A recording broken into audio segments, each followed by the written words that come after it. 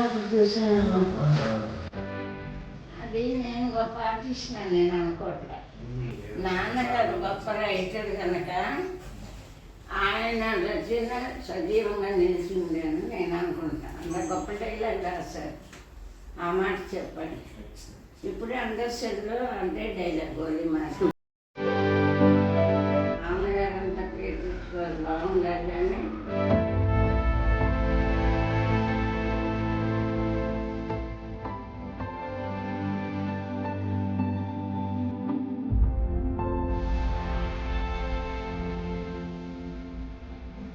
మీరు ఇంట్లో గొప్ప డబ్బులు ఎవరైనా సంపాదిస్తారు కానీ మంచి మనసున్న వాళ్ళని సంపాదించలేదు. మీరు ఎంతో పుణ్యవంతులమ్మ. మీరు భగవంతుడిని మంచిగా చూడాలి.